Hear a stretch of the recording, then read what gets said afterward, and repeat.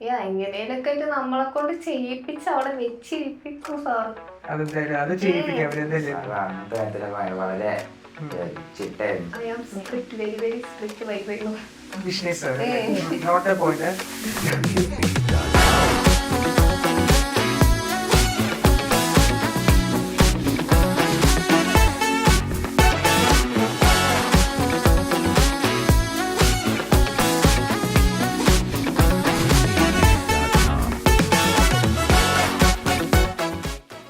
ഇപ്പോൾ എക്സാംസിലോട്ട് വരികയാണ്. ഇപ്പം നിഫ്റ്റാണ് കോൺസെൻട്രേറ്റ് ചെയ്തിരുന്നത്. അപ്പോൾ നിഫ്റ്റിന്റെ ഗാറ്റ് സെക്ഷനും കാറ്റ് സെക്ഷനും എഴുതിയപ്പോൾ എന്തായിരുന്നു ആ എക്സാം ഡേയുടെ experience?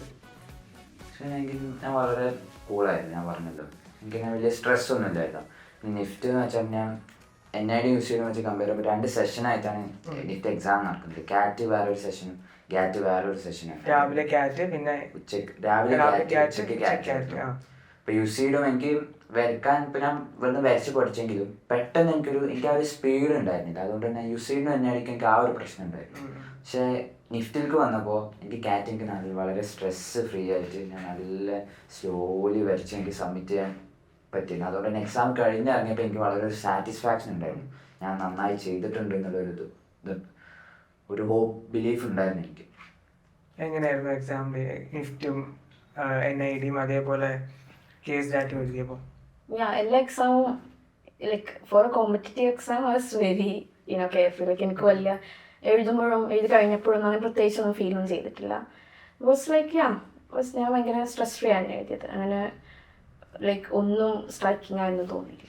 I was very calm and chill. Okay, NIDയിൽ ഈ വർഷം ലിസ്റ്റ് ഉണ്ടായിരുന്നു, ഡ്രോയിങ്ങിന്റെ വെയിറ്റേജ് കൂടി. അപ്പം എന്തായിരുന്നു എക്സ്പീരിയൻസ് പെട്ടെന്ന് NIDയുടെ ക്വസ്റ്റ്യൻ പേപ്പർ കണ്ടപ്പോൾ? ഓൾറെഡി എക്സാം ഞാൻ ഭയങ്കര സ്ട്രെസ് ആയിട്ടായിരുന്നു വന്നിരുന്നത്. ലൈക്ക് സെക്കൻഡ് ടൈം അല്ലേ ഗീവ് ഔട്ട് ചെയ്യുന്നത്. സോ എക്സാം പേപ്പർ ഫസ്റ്റ് കണ്ടപ്പോൾ ലൈക്ക് പേടി ഉണ്ടായിരുന്നു. GK നമ്മൾ നല്ല എക്സ്പെക്ട് ചെയ്ത് പോയിരുന്നു. അത്ര വിചാരിച്ചത്ര GK വന്നില്ല. അപ്പം തന്നെ ഇതായി. പിന്നെ 2 ഡ്രോയിങ്സ് ആണെങ്കിൽ ഇതുവരെ കാണാത്തൊരു രീതിയിലുള്ള ക്വസ്റ്റ്യൻസ്. അപ്പോൾ തലേന്ന് കൊച്ചിയിലേക്ക് പോകുമ്പോൾ തന്നെ നമ്മൾ ഉള്ള സൈറ്റിലൊക്കെ കയറിയുള്ള എല്ലാ GK ക്വസ്റ്റ്യൻസും ഇങ്ങനെ നോക്കി പോവുക. ഡ്രോയിങ് ഒരു 2-3 ക്വസ്റ്റ്യൻ ഉണ്ടാവും വിചാരിച്ചു പോയി. അവിടെ പോയി ക്വസ്റ്റ്യൻ പേപ്പർ ഉണ്ട് നോക്കാം. 10 ക്വസ്റ്റ്യൻ വെക്കാൻ തന്നെ ഉണ്ടായിരുന്നു. അതിലിങ്ങനെ GK പോയി തിരിച്ചു നോക്കിയപ്പോൾ 2 ക്വസ്റ്റ്യൻ. അപ്പൊ എന്തിനാ ബസ്സിലിരുന്ന് ഞാനൊക്കെ നോക്കിയത് എന്നുള്ളൊരു അതും ഞാൻ നോക്കിയ ഒരൊറ്റ ക്വസ്റ്റ്യൻ ആ ഒരു ഏരിയയിൽ നിന്ന് ഒന്നും അറിയില്ല. ആകെ 2 ക്വസ്റ്റ്യൻ ക്ലാസ്സിൽ എപ്പോഴോ വെച്ച് ഡിസ്കസ് ചെയ്ത 2 ക്വസ്റ്റ്യൻ. അതിലൊന്നൊരു മാച്ച് പെർഫോം ചെയ്യും. അതിലൊരു 2 കിട്ടിയ പിന്നെ ബാക്കിയുള്ളത് കണക്ട് ചെയ്യാൻ വല്ല പാടില്ല. എങ്ങനെയായിരുന്നു GK ഞാൻ നോക്കിയതേ GK എനിക്ക് കിട്ടി. പക്ഷെ അതിൽ ബേസിക് സയൻസ് മോഡൽ ഒന്ന് ചോദിച്ചിരുന്നു, അതൊന്നും എനിക്ക് കിട്ടിയില്ല. പിന്നെ ഉണ്ടായിരുന്നത് ഡ്രോയിങ് ഇതേപോലെ അൺഎക്സ്പെക്റ്റഡ്, വെരി മച്ച് അൺഎക്സ്പെക്റ്റഡ് ആയിട്ടുള്ള ക്വസ്റ്റ്യൻ ആയിരുന്നു. അപ്പോൾ ഞാൻ ആദ്യം പിന്നെ ഒരു കോൺഫിഡൻസ് തോന്നുന്നത് അറ്റൻഡ് ചെയ്യാന്ന് വെച്ചിട്ട് അത് 2 വരച്ച്. പിന്നത്തെ ലാസ്റ്റിക്കൊക്കെ 30 മിനിറ്റ്സ് എന്തോ ബാക്കിയുള്ളൂ. 2 ക്വസ്റ്റ്യൻസ് പെൻഡിങ്ങുമാണ്. ഇത് അറ്റൻഡ് ചെയ്യണോ ചെയ്യണ്ടേന്നുള്ള ഒരു ഇതായിക്കോളൂ. കാരണം അത്രക്കും സ്ട്രെസ്ഡ് ഔട്ടാണ്. കിട്ടില്ല എന്ന് ഞാൻ എൻ്റെ മൈൻഡിൽ ഉറപ്പിച്ചിരുന്നു പ്രിലിംസിൻ്റെ. പിന്നെ ലാസ്റ്റ് അങ്ങോട്ട് ചെയ്ത് കിട്ടി പോയാൽ പോയി എന്നുള്ള രീതിയിൽ ഗീവ് ഔട്ട് ചെയ്ത് പ്രിലിംസ് പാസ്സായി. പിന്നെ സ്റ്റുഡിയോ ടെസ്റ്റിനായിരുന്നു. അതും നല്ല പേടി ഉണ്ടായിരുന്നു. പോയപ്പോൾ ലൈക്ക് NID സ്റ്റുഡിയോ ടെസ്റ്റ് പറഞ്ഞാൽ നിഫ്റ്റിൻ്റെ സിറ്റുവേഷൻ ടെസ്റ്റിൻ്റെ ആയിട്ട് ഒരു ബന്ധമില്ല. പുതിയൊരു സാധനം, പുതിയൊരു ലോകം. അപ്പോൾ കുറേ റൗണ്ട്സ് ഉണ്ട്. Audio round, visual round, drawing, അങ്ങനെ കുറേ റൗണ്ട്സ് ഉണ്ട്. അപ്പോൾ ഓരോന്ന് കഴിഞ്ഞ് ഓരോന്ന് പെട്ടെന്ന് അത്ര ടൈമും ഇല്ല. ഭയങ്കര ടൈം മാനേജ്മെൻറ്റൊക്കെ കുറച്ച് ഇഷ്യൂ ആയിരുന്നു. ലാസ്റ്റത്തെ പ്രാക്ടിക്കൽ 3D ഉണ്ടാക്കിയിട്ട് ഡ്രോയിങ് ചെയ്യാൻ ടൈം കിട്ടിയിട്ടില്ല. ഞാൻ ഡ്രോയിങ് ചെയ്തിട്ടും ഇല്ലേന്നത്. അപ്പോൾ കംപ്ലീറ്റ് ആക്കിയില്ലല്ലോ, അതിൻ്റെ ഒരു വീഡിയോ നല്ല ഉണ്ടായിരുന്നു. കിട്ടൂലെന്ന് ഉറപ്പിച്ചതായിരുന്നു. സംഭവം വരാനുള്ളത് വരും എന്ന് പറയുന്ന ആര് കിട്ടി. ആസാമിൽ വരെ പോയി. സന്തോഷമായി. ഓക്കെ, അപ്പം നിഫ്റ്റ് പ്രിലിംസ് എഴുതി പാസ്സായതിനു ശേഷം സിറ്റുവേഷൻ ടെസ്റ്റ് വന്നപ്പോൾ എങ്ങനെയായിരുന്നു ആ situation test experience? Situation test ഞാൻ ലാസ്റ്റ് ഇയർ ഒരു വട്ടം നിഫ്റ്റ് എഴുതിയെന്ന് ഞാൻ പറഞ്ഞു. ലാസ്റ്റ് ഇയർ പോയപ്പോൾ അവിടെ എല്ലാവരും ഞാൻ ഇരുന്ന ഹാളിൽ എല്ലാവരും ഓൾമോസ്റ്റ് ചെറുതായിട്ടെങ്കിലും എന്തൊക്കെയോ പ്രിപ്പയർ ചെയ്തിട്ടാണ് വന്നിരുന്നത്. എനിക്കിത് ഒരു ഐഡിയ ഇല്ല, ഞാനിത് ആദ്യമായിട്ട് കാണുന്ന മെറ്റീരിയൽസ് ക്ലേ ഒക്കെ വെച്ച് പലരും എന്തൊക്കെ ഉണ്ടാക്കും, ഞാൻ മാത്രം ഇത് എന്തൊക്കെ ഇത്. ഞങ്ങളുടെ അവസാനം എന്തൊക്കെയൊക്കെയോ സെറ്റ് ചെയ്തൊരു സ്റ്റേജ് പോലെ എന്തൊക്കെയോ ഉണ്ടാക്കി അങ്ങനെ വെച്ചു. അങ്ങനെ കണ്ടാൽ അപ്പുറത്തൊന്നും ഇപ്പുറത്തൊന്നും അങ്ങനെയൊക്കെ നോക്കി നോക്കി നോക്കി നോക്കി നോക്കി ഒരു ഐഡിയ നന്നായിട്ട് കമ്പൈൻ ചെയ്തൊരു സാധനം ഉണ്ടാക്കി വെച്ചു. അങ്ങനെയായിരുന്നു. പക്ഷെ അതുകൊണ്ട് ഇപ്രാവശ്യം ഇത് എനിക്ക് അറിയായിരുന്നു, ഞാനത് വല്ലാണ്ട് ഫോക്കസ് ചെയ്ത് കഴിഞ്ഞാൽ കൊളാക്കുമെന്ന് എനിക്കറിയായിരുന്നു. അതുകൊണ്ട് ഇപ്രാവശ്യം അതൊന്ന് നന്നായി ഫോക്കസ് ചെയ്തിരുന്നു. അതിപ്പോൾ നിഫ്റ്റിനും ഇപ്പോൾ തിങ്കിലുണ്ടായിരുന്ന സെഷൻസിൽ നിന്ന് നന്നായി എല്ലാ മെറ്റീരിയൽസും ഒരുപാട് എക്സ്പ്ലോർ ചെയ്തിരുന്നു. കാരണം കഴിഞ്ഞ പ്രാവശ്യം എനിക്ക് ഉണ്ടായൊരു പ്രശ്നം അതാണ്, ഞാൻ ഇതുവരെ യൂസ് ചെയ്യാത്തൊരു, എനിക്ക് തീരെ യൂസ് ചെയ്ത് പരിചയമില്ലാത്ത മെറ്റീരിയൽസ് ആയതുകൊണ്ട് എനിക്ക് പെട്ടെന്നൊന്നും ഐഡിയ ചെയ്യാൻ കഴിയുന്നില്ല. പക്ഷെ ഇപ്രാവശ്യം അത് ഞാൻ നന്നായി ഫോക്കസ് ചെയ്തിരുന്നു. മെറ്റീരിയൽസ് മാക്സിമം ഞാൻ ഇൻറ്ററാക്ട് ചെയ്തു പോയിരുന്നു. അതുകൊണ്ട് തന്നെ ഇപ്രാവശ്യം നല്ല ഇതായിരുന്നു, ഈസി ആയിട്ടാണ് എനിക്ക് ഫീൽ ചെയ്തത്. എന്ത് ടൈപ്പ് മെറ്റീരിയൽസ് ആണ് ഉണ്ടായിരുന്നത് ഈ പ്രാവശ്യം? ഇപ്രാവശ്യം ഒരു കാർഡ്ബോർഡ് അല്ല, ഒരു ഫോം ബോർഡ് പോലെ എന്തോ ഒരു സാധനം ഉണ്ടായിരുന്നു. പിന്നെ ഗ്ലിറ്റർ പേപ്പർ, ക്ലേ, പിന്നെ ബട്ടൺസ്, പിന്നെ കാൻഡിൽസ്, ത്രെഡ്, അങ്ങനത്തെ ഒരുപാട് സാധനങ്ങൾ. അങ്ങനത്തെ മെറ്റീരിയൽസ് ആണ്. എങ്ങനെയായിരുന്നു എക്സ്പീരിയൻസ്? NID സ്റ്റുഡിയോ ടെസ്റ്റ് വരെ എത്തിയിരുന്നു. സ്റ്റുഡിയോ ടെസ്റ്റിൽ ലൈക്ക് ലാസ്റ്റ് ക്വസ്റ്റ്യന് ഞാൻ മിസ്അണ്ടർസ്റ്റാൻഡ് ചെയ്തത് കംപ്ലീറ്റ്ലി. യാ ഐ മീൻ എൻ്റെ ഫസ്റ്റ് ടൈം ആയതുകൊണ്ട് I am fine like. But yeah ഞാൻ ഇത്രയും മെറ്റീരിയൽസ് വെച്ച് പണ്ട് ഉണ്ടാക്കുമെങ്കിലും ഇപ്പോഴാണ് ഐ ഫീൽ ലൈക്ക് അത്രയും വാസ്റ്റായ മെറ്റീരിയൽസ് ഇവിടെ നിന്ന് ഇൻട്രൊഡ്യൂസ് ചെയ്തുകൊണ്ട് തന്നെ ഓഫ് കോഴ്സ് അതിനെക്കുറിച്ചൊക്കെ അറിയാനും അതിനെക്കുറിച്ച് കൂടുതൽ അതെങ്ങനെ വർക്ക് ചെയ്യുന്നത്, അതെങ്ങനെയാണ് ഫോൾഡ് ചെയ്യുക, അതെങ്ങനെയാണ് അതൊക്കെ അതിനെക്കുറിച്ച് കൂടുതൽ അറിയാൻ പറ്റിയത് തിങ്ങുന്നതാണ്. എന്ത് ടൈപ്പ് മെറ്റീരിയൽസ് ആണ് ഉണ്ടായിരുന്നത് സ്റ്റുഡിയോ ടെസ്റ്റിന്? എനിക്ക് ലൈക്ക് ഒരു piece of cloth, toothpicks, പിന്നെ പേപ്പർ ക്ലിപ്പ് അങ്ങനെയൊക്കെ ആയിട്ട്, പിന്നെ ഒരു ബ്രൗൺ പേപ്പർ. അതിന് ലൈക്ക് ഉണ്ടായിരുന്നു മിനിമം ഇത്ര യൂസ് ചെയ്താൽ, മിനിമം അല്ല maximum I think so use ചെയ്യണം എന്നുള്ള രീതിയിൽ. പിന്നെ തിങ്കുന്ന സ്റ്റുഡിയോ ടെസ്റ്റിൻ്റെ ക്ലാസ്സിന് വെറൈറ്റി ഓഫ് ടെക്നിക്സും ഹൗ ടു സ്റ്റിക്ക് ഓൺ, എന്തൊക്കെ ഇതിനോടൊക്കെ സ്റ്റിക്ക് ചെയ്യും, അല്ലെങ്കിൽ അതിൻ്റെ ആൾട്ടർനേറ്റീവ് വേസ് എന്തൊക്കെ ഫാക്കൽറ്റീസ് എല്ലാ രീതിയിലും പരിചയപ്പെടുത്തി തന്നിരുന്നു. പിന്നെ പറഞ്ഞ പോലെ എല്ലാ മെറ്റീരിയൽസിലൂടെ ഞങ്ങൾ പോയിരുന്നു. സോ അതിൻ്റെ ഒരു സ്റ്റെക്ക് ആയിട്ടില്ല എക്സാമിന്, ബട്ട് സ്റ്റിൽ ഒരു പേടിയുള്ളതിൻ്റെ ഒരു ചെറുതായിട്ട്. എന്തായാലും കിട്ടി, അതാണ് മെയിൻ സംഭവം എന്ന് പറഞ്ഞാൽ അതാണ്. ഇപ്പൊ കോട്ടക്കിൽ തന്നെ പല ബാച്ചുകൾ കാണും. BRKന്റെ കാണും, BDESന്റെ കാണും, വീക്കെൻഡ് കാണും, റിപ്പീറ്റേഴ്സ് കാണും, ക്രാഷ് ഉള്ള ടൈം ക്രാഷ് ബാച്ചസ് കാണും. അപ്പോൾ ഒരുപാട് സ്റ്റുഡൻസ് കാണും. അപ്പം നിങ്ങളുടെ മെൻറ്റേഴ്സ് നിങ്ങൾക്ക് ഉണ്ടാവും, ഓരോ ഇൻഡിവിജ്വൽസിന് മെൻറ്റേഴ്സ് കാണും. അപ്പോൾ ആ മെൻറ്റേഴ്സ് നിങ്ങൾ എങ്ങനെയാണ് ഗൈഡ് ചെയ്തത്? കാരണം ഇത്രയും സ്റ്റുഡൻസ് ഉണ്ട്, അപ്പം അതിൽ നിങ്ങൾ സാറ്റിസ്ഫൈഡ് ആണോ അവരുടെ മെൻറ്റർഷിപ്പിൽ? തീർച്ചയായും സാറ്റിസ്ഫൈഡ് ആണ്. കാരണം ഇത്രയും സ്റ്റുഡൻസ് ഉണ്ടായിട്ട് പോലും അവർ ഞങ്ങളെല്ലാവരുടെ അടുത്തും റീച്ച് ഔട്ട് ചെയ്യുമായിരുന്നു. ഞങ്ങൾക്ക് എന്താവശ്യം ഉണ്ടെങ്കിലും ഞങ്ങൾക്ക് അവരെ അപ്രോച്ച് ചെയ്യുമായിരുന്നു. ഇപ്പോൾ വിഷ്ണു സാറായാലും ഇപ്പോൾ ഞങ്ങൾക്ക് പല അവരുടെ എക്സ്പീരിയൻസിൽ നിന്നുള്ള പല കാര്യങ്ങൾ പറഞ്ഞു. സത്യം പറഞ്ഞാൽ അവരുടെ പ്രൊഫഷൻ ഇതായിട്ട് റിലേറ്റഡ് ആയിട്ടൊന്നും അല്ല, പക്ഷെ എന്നാലും അവരുടെ എക്സ്പീരിയൻസ് ഇതുമായി കണക്ട് ചെയ്താൽ നമുക്ക് ഒരുപാട് കഥകൾ പറഞ്ഞു തരുമായിരുന്നു. അതൊക്കെ ഒരുപാട് ഹെൽപ്ഫുൾ ആയിട്ടുണ്ട്. പിന്നെ അഞ്ജലി മിസ്സായാലും ഇപ്പോൾ നമ്മുടെ വീട്ടിലുള്ള നമ്മുടെ പാരൻസ് പോലെയായിരുന്നു, നമ്മുടെ പിന്നാലെ നടന്നത് ഇപ്പോൾ നമ്മുടെ അസൈൻമെൻറ്റ്സ് ആയാലും എക്സാംസ് ഇപ്പോൾ റാങ്ക് ലിസ്റ്റിലൊക്കെ നമ്മൾ ഇതൊന്ന് താഴേക്ക് വന്നാലും നമ്മുടെ പിന്നാലെ നടന്നത് ഇങ്ങനെ ഇതാക്കും, അത് അടുത്തതിൽ ശരിയാക്കാം എന്നൊക്കെ പറഞ്ഞു. അതൊക്കെ ഒരുപാട് മോട്ടിവേറ്റ് ചെയ്തിട്ടുണ്ട്. സാറ്റിസ്ഫൈഡ് ആണ്, കാരണം ഇതിന്റെ മുന്നേ രജിസ്റ്റർ പോയിക്കണല്ലോ. സോ കമ്പയർ ചെയ്ത് നോക്കുമ്പോൾ വെരി മച്ച് സാറ്റിസ്ഫൈഡ് ആണ്. നമ്മൾ പിന്നാലെ തന്നെ നടക്കും. ഹഫീസ് പറഞ്ഞ പോലെ ലീവൊക്കെ ആയി അപ്പം തന്നെ രാവിലെ വീട്ടിലോട്ടൊരു വിളിയൊക്കെ എത്തിയിട്ടുണ്ടാവും, എവിടെയെന്ന് വരുന്നില്ലേ, വ്യക്തമായ റീസൺ ഒക്കെ കൊടുക്കണം. പിന്നെ നല്ലൊരു അനുഭവമായിരുന്നു, ഭയങ്കര ഗുഡ് ബോണ്ട് ചെയ്യുന്നു. ഇപ്പം ലൈക്ക് ചില കുട്ടികളൊക്കെ ഉണ്ടാവുള്ളൂ ഇൻട്രോവേർട്ട് സൈലൻസ് ഒക്കെ ആയിക്കാണ്, അവരെ ഏറ്റവും പേഴ്സണലി പോയി മിങ്കിളായി അവരൊന്ന് സംസാരിപ്പിക്കാനൊക്കെ ബിസിനസ്സുകളും അഞ്ജലി മാമൊക്കെ നല്ല ശ്രമിക്കുമായിരുന്നു. അത്രത്തോളം സാറ്റിസ്ഫൈഡ് ആണ് അവരുടെ. എന്ത് തോന്നുന്നു? ഞാൻ അത്ര ഞാൻ ഇവരെ പോലെ ഭയങ്കര അങ്ങനെ ഔട്ട് ഗോയിങ് അല്ലായിരുന്നു. എന്നിട്ടും I feel like they reached out to me well. അതുകൊണ്ട് എനിക്ക് കുറേ എക്സ്പീരിയൻസ് ഇല്ലേ പോലും എല്ലാ എക്സ്പീരിയൻസ് വർ റിയലി ഗുഡ്. ഇപ്പൊ ഫാക്കൽറ്റിയുടെ കാര്യമൊക്കെ പറഞ്ഞു. ഇപ്പം ഫാക്കൽറ്റി എത്രത്തോളം നിങ്ങളെ സപ്പോർട്ട് ചെയ്തിട്ടുണ്ട്? ഇപ്പം അക്കാഡമിക്സ് ആയാലും ഇൻ കേസ് സെലിബ്രേഷൻസ് ആയാലും ഓരോ കോമ്പറ്റീഷൻസിലും നിങ്ങളെ ഗൈഡ് ചെയ്തിട്ടുണ്ടാവും. അപ്പൊ അതെങ്ങനെയായിരുന്നു ആ സപ്പോർട്ട്? ഫാക്കൽറ്റീസ് നമുക്ക് എപ്പോഴും അവൈലബിൾ ആയിരുന്നു. ഫാക്കൽറ്റീസ് ആണെങ്കിലും ഇപ്പോൾ അവിടുത്തെ സ്റ്റാഫ് ആണെങ്കിലും നമുക്ക് എന്ത് ആവശ്യം ഉണ്ടെങ്കിലും നമുക്ക് എപ്പോൾ വേണമെങ്കിലും കോൺടാക്ട് ചെയ്യായിരുന്നു.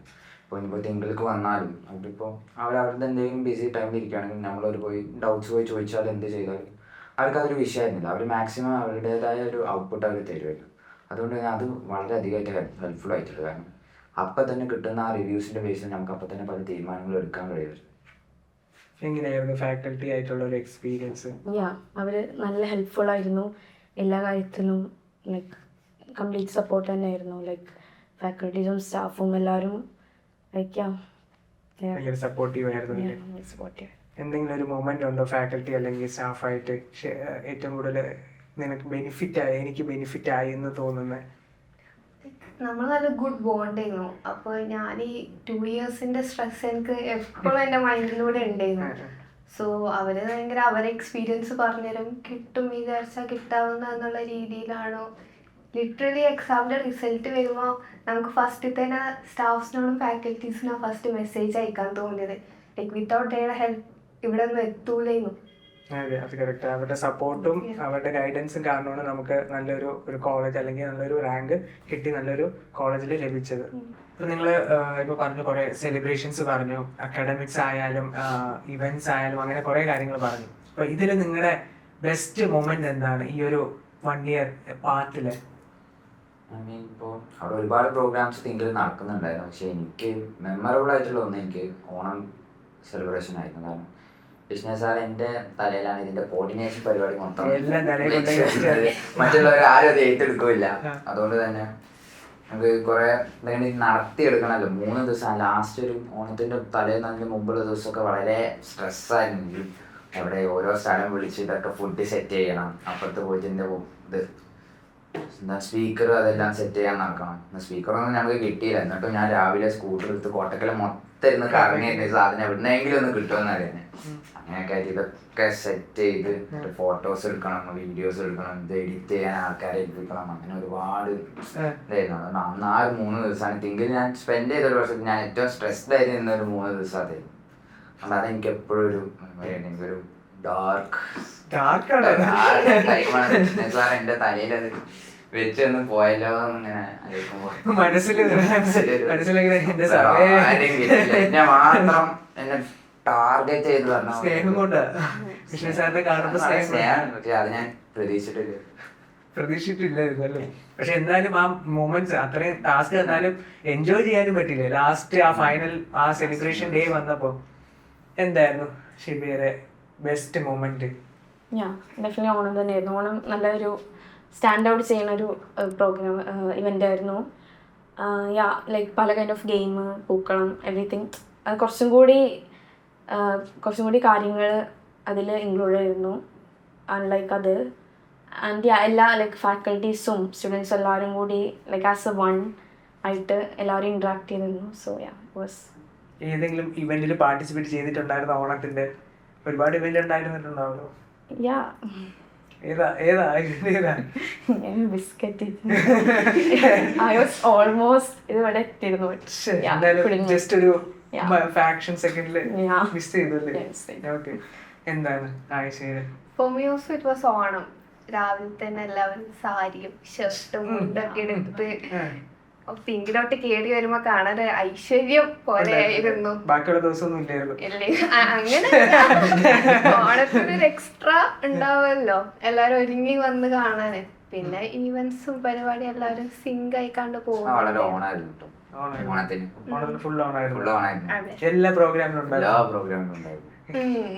പഞ്ചഗുസ്തിയിലൊക്കെ ഇരുന്ന് ഇങ്ങനെ നന്നായി വിടുന്നത് സാറിനായിട്ട് പഞ്ചഗുസ്തി ഉണ്ടായിരുന്നു. സാറ് ഭയങ്കര ജിമ്മനൊക്കെ അല്ലേ, സ്ട്രോങ് ഹെവി ബോഡി ഒക്കെ ആയിട്ട്. എന്താണ് വിഷ്ണു സാർ പറയുന്നത്? അതെ, അതാണ് സാറിന്റെ ഒരു ഇതാണല്ലോ. പിന്നെ നമ്മളങ്ങനെ നിന്ന് കൊടുക്കണല്ലോ. അപ്പൊ പിന്നെ എല്ലാവർക്കും സാറിനായിട്ട് സങ്കടം വേണ്ടല്ലോ. കുട്ടിയോട് എന്തായാലും ആഗ്രഹം പറഞ്ഞാൽ നമ്മളെ അപ്പൊ സാറിനായിട്ട് പോയി ചെയ്തോണ്ട് വല്ല കാര്യമൊന്നും ഉണ്ടായില്ല. പിന്നെ പാവല്ലേ ചേച്ചി സാറിനെ അങ്ങോട്ട് ജയിപ്പിച്ചു കൊടുത്തല്ലേ? അതാണ് ഏറ്റവും മെമ്മറബിൾ ആയിട്ടുള്ള മൊമെന്റ്. ഇപ്പം സെലിബ്രേഷൻസും ആഘോഷങ്ങളും എല്ലാം തകർത്തു. എക്സാം ടൈമിലൊക്കെ വന്ന് നിങ്ങൾ എക്സാം ഒക്കെ എഴുതിയെന്ന് പറഞ്ഞു. അപ്പം എക്സാം ഒക്കെ എഴുതിയതിന് ശേഷം ഇവരുടെ അടുത്ത്, നമ്മുടെ ഫാക്കൽറ്റി അല്ലെങ്കിൽ നമ്മുടെ സ്റ്റാഫിൻ്റെ അടുത്ത്, നിങ്ങളുടെ ബ്രാഞ്ചിലെ സ്റ്റാഫിൻ്റെ അടുത്ത് പറഞ്ഞപ്പോൾ അവരുടെ റിയാക്ഷൻ എങ്ങനെയായിരുന്നു? റിയാക്ഷൻ കുഴപ്പമില്ലായിരുന്നു. അവർ നമ്മൾ നല്ല എക്സ്പെക്ട് ചെയ്യുന്നുണ്ടായിരുന്നു. ആ ഒരു എക്സ്പെക്ടേഷൻ റിയാലിറ്റി ആക്കി കൊടുക്കാൻ പറ്റി എന്നുള്ളൊരു സന്തോഷമുണ്ടല്ലേ. തലയിലെല്ലാം കൊണ്ട് വെച്ചിട്ട് ഞാൻ സാധിച്ചു എന്ന് പറഞ്ഞപ്പോൾ ഞാൻ വിജയിച്ചു വന്നു എന്നൊരു എന്താ പറയുക, ഇതുണ്ട്. അപ്പം റിസൾട്ട് വന്നപ്പോൾ ഫസ്റ്റ് പാരൻസ് ആയാലും സ്റ്റാഫ് ആയാലും ഫാക്കൽറ്റി ആയാലും എന്തായിരുന്നു അവരുടെ റിയാക്ഷൻ, അല്ലെങ്കിൽ ആ മൊമെന്റ് എങ്ങനെയായിരുന്നു? I was very unexpected. കാരണം എനിക്ക് എക്സാം എഴുതിയിട്ട് ഇറ്റ് വാസ് നോട്ട് അത്ര ഗുഡ് അല്ലായിരുന്നു. ഞാൻ ലൈക്ക് കുറേ ക്വസ്റ്റ്യൻസ് മാത്സൊക്കെ എനിക്ക് അറ്റൻഡ് ചെയ്യാൻ പറ്റുമെന്ന് അറിയില്ല, എനിക്ക് ടൈം ഉണ്ടാവില്ല എന്ന് എനിക്കറിയാതെ കുറേ ചില ക്വസ്റ്റ്യൻസ് സ്കിപ്പ് ചെയ്യേണ്ടി വന്നിരുന്നു. സോ അതുകൊണ്ട് ഇറ്റ് വാസ് വെരി അൺഎക്സ്പെക്റ്റഡ് അത് റാങ്ക് കേട്ടപ്പോൾ. ബട്ട് വീട്ടുകാരൊക്കെ ദേ വർ റിയലി ഹാപ്പി. എല്ലാവരും ലൈക്ക് ഭയങ്കര സാറ്റിസ്ഫൈഡ് ആണ്. എന്തായിരുന്നു എല്ലാവരുടെയും റിയാക്ഷൻസ്? ഓൾറെഡി എക്സാം കഴിഞ്ഞിറങ്ങിയപ്പോൾ ഭയങ്കര ബാഡ് അടിച്ചാണ്ട് ഇറങ്ങിയിരിക്കുന്നത്. അതുകൊണ്ട് തീരെ എക്സ്പെക്ടേഷൻസ് എനിക്കുണ്ടായിരുന്നു, വീട്ടുകാർക്ക് ഉണ്ടായിരുന്നു എന്ന് അവർ പറയുന്നുണ്ട്. പിന്നെ റിസൾട്ട്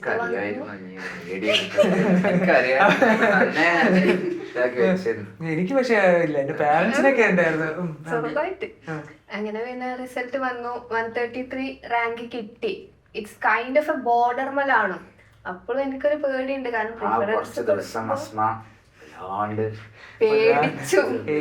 കൊറേ സ്റ്റാഫിന് വിഷ്ണു സാറിനായാലും കൊറേ വെറുപ്പിച്ചിട്ടുണ്ട്, ഇത് കിട്ടൂല, വേറെ ആർക്കെങ്കിലും സെക്കൻഡ് അലോട്ട്മെന്റിൽ കിട്ടിയോ ഇല്ലേ എന്ന് ചോദിച്ചിട്ട്. അപ്പൊ നല്ല പേടിയുണ്ടായിരുന്നു. പിന്നെ അങ്ങനെ നോക്കി റിസൾട്ട് വന്ന ഉടനെ സാറിനൊക്കെ മെസ്സേജ് അയച്ചു ആദ്യം തന്നെ കിട്ടി എന്നുള്ള രീതിയിൽ. പിന്നെ അതെ കൊറേ ദിവസം പ്രിഫറൻസിന് വെയിറ്റ് ചെയ്തു, ഒടുവിൽ കിട്ടിയപ്പോ ഭയങ്കര ഹാപ്പി ആയിരുന്നു. ഞാൻ വിഷ്ണു സാറിന്റെ അടുത്ത് ചോദിച്ചപ്പോൾ സാറ് പറഞ്ഞിട്ടുണ്ടായിരുന്നു റിസൾട്ട് വന്നതിന് ശേഷം എന്തോ ഒരു സ്റ്റാറ്റസ് ഇട്ടായിരുന്നു, അതെന്തായിരുന്നു? റിസൾട്ട് ഇത് റാങ്ക് അനൗൺസ് ചെയ്ത പാട് തിങ്കൾ പോസ്റ്റർ ഉണ്ടാക്കി തന്നിരുന്നു.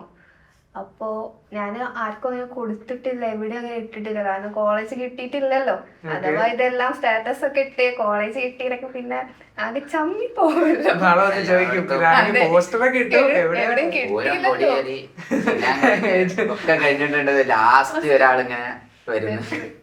എല്ലാരും ഇട്ട് കഴിഞ്ഞതിന് ശേഷം ദൈവ കിടക്കുന്ന ഒരു സ്റ്റാറ്റസ് അല്ലേ. പിന്നെ പേടിയായിരുന്നു. പിന്നെ ഇത് കിട്ടി, കോളേജ് കിട്ടിയതിന് ശേഷമാണ് ഞാൻ എല്ലാവർക്കും അയച്ചു കൊടുക്കുന്നത്, സ്റ്റാറ്റസ് ഇടുന്നതൊക്കെ. ഇപ്പം നമ്മൾ ഫുൾ ടൈം ഇപ്പം നമ്മൾ എക്സാം ഒക്കെ എഴുതി, ഇപ്പം അതിനുശേഷം ഫ്യൂച്ചർ ആസ്പിറൻസിനോട് ഇപ്പം ലാസ്റ്റ് മന്ത് പ്രിപ്പറേഷൻ ആയാലും അല്ലെങ്കിൽ ഒരു ഡിസൈൻ കരിയർ ഡിസൈഡ് ചെയ്യുന്ന ആ സ്റ്റുഡൻസിനോട് നിങ്ങൾക്ക് എന്താണ് പറയാനുള്ളത്? അതിപ്പം എൻട്രൻസ് പ്രിപ്പറേഷൻ ആയാലും ആ കരിയർ ചൂസ് ചെയ്യുന്ന സ്റ്റുഡൻസ് ആയാലും അവർക്ക് എന്താണ് നിങ്ങൾ ടോപ്പർ എന്ന രീതിയിൽ അവരുടെ അടുത്ത് പറയാൻ പോകുന്നത്? അപ്പോൾ അവരോട് എനിക്ക് പറയാനുള്ളത് എന്താണെന്ന് വെച്ചപ്പോൾ, നിങ്ങളുടെ പാഷനെ പറ്റി നിങ്ങൾ ഷുവർ ആണെങ്കിൽ നിങ്ങൾ അതിന് വേണ്ടി വർക്ക് ചെയ്യുക. ഇത് ഒരു വർഷം നിങ്ങൾ ടൈം സ്പെൻഡ് ചെയ്ത് നിങ്ങൾ വർക്ക് ചെയ്താൽ കിട്ടാവുന്നതേ ഉള്ളൂ. ഇപ്പം ഞാൻ എൻ്റെ കാര്യം പറഞ്ഞു, ഞാൻ അങ്ങനെ വലിയ വരക്കുന്ന ഒരാളൊന്നുമില്ല, പക്ഷെ ഞാൻ അതിന് വേണ്ടി ടൈം സ്പെൻഡ് ചെയ്തു, എനിക്ക് കിട്ടി. അത് തന്നെയാണ് എനിക്ക് നിങ്ങളോട് പറയേണ്ടത്. ചില വീട്ടിൽ ചിലപ്പോൾ പാരൻസിനെ കൺവിൻസ് ചെയ്യാൻ ചില ബുദ്ധിമുട്ടൊക്കെ ഉണ്ടാവും, എന്നാലും മാക്സിമം ട്രൈ ചെയ്യാം. അവർക്ക് വേണ്ടി അവർക്ക് കാണിച്ചു കൊടുക്കാം, നമ്മളെ കൊണ്ട് ഇങ്ങനെ ഒക്കെ കഴിയും എന്നുള്ളത് അവർ കാണിച്ചു കൊടുക്കാം. സ്ലോലി അവരും അവരുടെ ഈ ഒരു റൂട്ടിലേക്ക് അവർ വന്നോളും. നമ്മുടെ കോൺഫിഡൻസ് നമുക്ക് പറ്റുമെന്നുള്ളൊരു കോൺഫിഡൻസ് നമുക്ക് ഉണ്ടായിക്കോളും. അപ്പം അതുകൊണ്ട് നമുക്ക് ആ ഡിസൈൻ കരിയർ ചൂസ് ചെയ്ത് നമുക്ക് മുന്നോട്ട് പോകാൻ പറ്റുമല്ലോ. എന്താണ് അഡ്വൈസ് കൊടുക്കാനുള്ളത്? ഡിസൈനിനെ കുറിച്ച് അത്ര അവയർനെസ് ഇപ്പോൾ പിന്നെയും റൈസ് ചെയ്യുന്ന ഒരു സമയമാണ്. സോ ആസ്പയർ ചെയ്യുന്നുണ്ടെങ്കിൽ if you are sure you want to do this, I guess like there is nothing really. പാരൻസിൽ നിന്ന് പ്രഷർ ഉണ്ടെങ്കിൽ പോലും you should take a stand for yourself, and this is something you can do. It's like not impossible or anything. നിങ്ങൾ ഇതിന് commit ചെയ്യാൻ റെഡിയാണെങ്കിൽ, നിങ്ങൾ daily sketch ചെയ്യാൻ റെഡിയാണെങ്കിൽ, എല്ലാതും കൂടി എല്ലാ ഇതിലും ബാലൻസ് ചെയ്യാൻ പറ്റുകയാണെങ്കിൽ of course I think this is perfect for you. എന്താണ് അഡ്വൈസ് പറയാനുള്ളത്? ഡ്രോയിങ് അറിയാന്ന് വെച്ചിട്ട് നമ്മൾ ചാടിക്കേറി ഈ ഫീൽഡിൽ ചൂസ് ചെയ്യരുത്. At the end of the day drawing മാത്രമല്ല, നമ്മുടെ ക്രിയേറ്റിവിറ്റി നമ്മളെങ്ങനെ ഒരു ഐഡിയ കൺവേ ചെയ്യുന്നത് എന്നൊക്കെ നോക്കിയിട്ടാണ്. പിന്നെ പറയാനുള്ളത് താല്പര്യം ഉണ്ടെങ്കിൽ പോവുക. ഇതിന് താല്പര്യം ഉണ്ടായിക്കാണ്ട് അവർ ഇത് പറഞ്ഞ് മറ്റവർ അത് പറഞ്ഞ് വീട്ടിൽ സമ്മതിച്ചില്ല എന്നുള്ള രീതിയിൽ വേറൊരു കോഴ്സിന് പോയിക്കാണ്ട് പിന്നീട് നമ്മളതിൽ നിന്ന് ഡീവിയേറ്റ് ചെയ്ത് പോകുന്നതിനെക്കാട്ടി നല്ലത് നമുക്കിഷ്ടമുള്ള ഒരു പാഷനോട് സ്റ്റിക്ക് ഓൺ ചെയ്തുകൊണ്ട് ഇതിന് പഠിക്കുന്നതാണ്. പിന്നെ ഡ്രോയിങ്ങിൻ്റെ ഒപ്പം തന്നെ Gat section which is English, GK, maths, logical reasoning ഒരേ ബാലൻസിൽ കൊണ്ടുപോകണം ഡ്രോയിങ്ങും മറ്റേതും.